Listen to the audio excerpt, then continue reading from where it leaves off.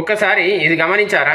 ముందుగా ED rights, తర్వాత బీజేపీలోకి ఎంట్రీలు. ఇది మామూలు కోయిన్సిడెన్స్ కాదు. ఏ పార్టీని వాషింగ్ పౌడర్ నిర్మా అంటారు అని చెప్తే చాలా మంది బీజేపీ పేరు చెప్పారు. అది ఎందుకో ఇప్పుడు చూద్దాం. ముందుగా ఒక వ్యక్తి మీద ఆర్థిక నేర ఆరోపణలతో ఈడీ రైట్స్ అవుతాయి. కొన్ని నెలల తర్వాత అదే లీడర్ బీజేపీలో ప్రత్యక్షం అవుతాడు. ఇది యాదృచ్ఛికమా లేక ప్లానెడ్ గేమా అనేది ఇప్పుడు చూద్దాం.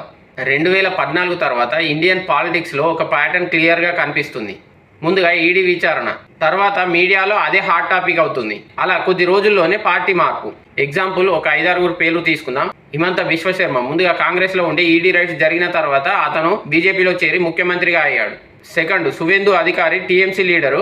అతను మమతా బెనర్జీకి నమ్మిన బంటు. ఇప్పుడు అతనే బెంగాల్ ముఖ్యమంత్రి బరిలో ఉన్నాడు. ఇలా చెప్పుకుంటూ పోతే ముకుల్ రాయ్, నారాయణ రాణే, సీఎం రమేష్ వంటి వాళ్ళు కూడా ఈ లిస్టులో ఉన్నారు. ఎన్సీపీ లీడర్ అయిన అజిత్ పవార్ పైన కూడా రైట్స్ జరిగాయి. అతను ఇప్పుడు ఎన్డీఏ కూటమిలో భాగస్వామి అయ్యాడు. అంతేందుకు మొన్నటికి మొన్న రాఘవ్ చెద్దాను డిప్యూటీ ఫ్లోర్ లీడర్ నుంచి తప్పించి అశోక్ మిట్టల్ ను డిప్యూటీ ఫ్లోర్ లీడర్ గా ప్రకటించిన ఆమ్ ఆద్మీ పార్టీ లీడర్, అతనిపైన కూడా ఈడీ రైట్స్ జరిగాయి. జరిగిన కొద్ది రోజులకి అతను బీజేపీ కండువా కప్పుకున్నాడు. ఇలా ఒక్కసారి జరిగితే కోయిన్సిడెన్స్ అనుకోవచ్చు. 2 సార్లు జరిగితే ఏదో జరుగుతుందనే డౌట్ వస్తుంది. కానీ పదే పదే జరిగితే ఒక్క విషయం మాత్రం మర్చిపోవద్దు, బీజేపీలో చేరగానే వీళ్ళ కేసులు క్లోజ్ కాలేదు.